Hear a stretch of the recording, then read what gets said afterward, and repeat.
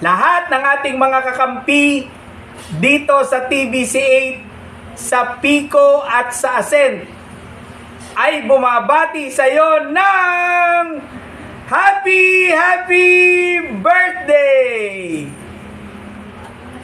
Totoong napakahalaga ng araw na ito dahil ito ang katunayan ng pagmamahal at patuloy na pagmamalasakit sa iyo ng Panginoong Diyos.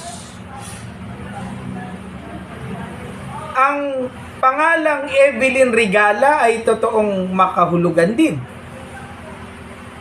Ang ibig sabihin ng Evelyn ay magandang inaasam.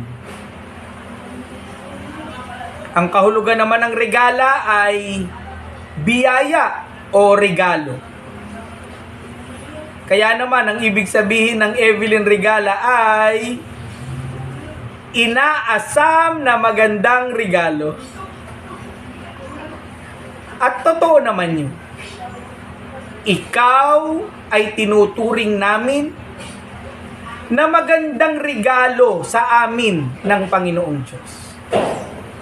Lalo-lalo na sa iyong mga mahal sa buhay, pangunahin ang iyong pamilya. Na siyang pangunahing dahilan kung bakit ka nagpapagod sa araw-araw.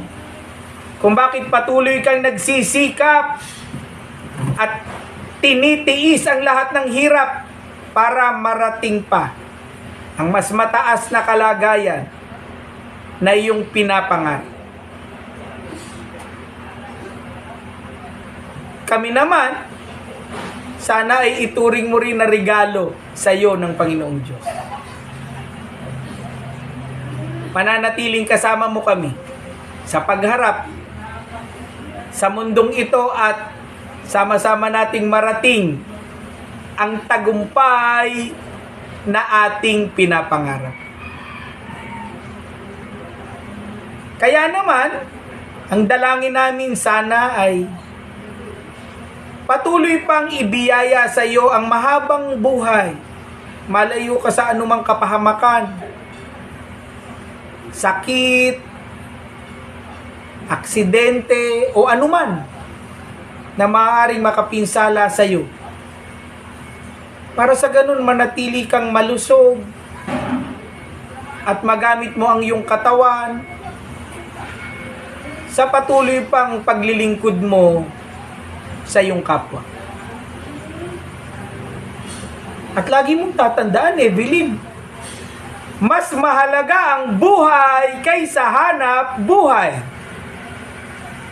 Kaya naman, sana ay ingatan mo katawan mo at matuto ring magpahinga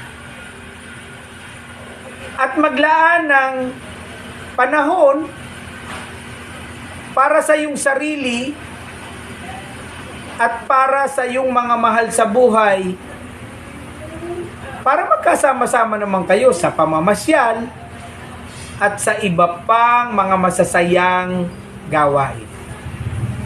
At kung paano na gusto namin na marami ka pang matutuhan na mga bagong putahe, mga masasarap na yung lulutuin at ihahain sa iyong kapwa. Dalangin din namin na sana ay patuloy mo namnamin, tikman ang sarap ng mabuhay dito sa mundo. Kaya idinadalangin namin na sana marami ka pang makilala na mga tao na nasa mataas na kalagayan sa lipunan. Marami ka pang mga magagandang lugar na mapuntahan. At marami pang mga magagandang karanasan na ibibiyaya sa iyo ng Panginoong Diyos. Alam ko na marami ka pang mga pangarap sa buhay.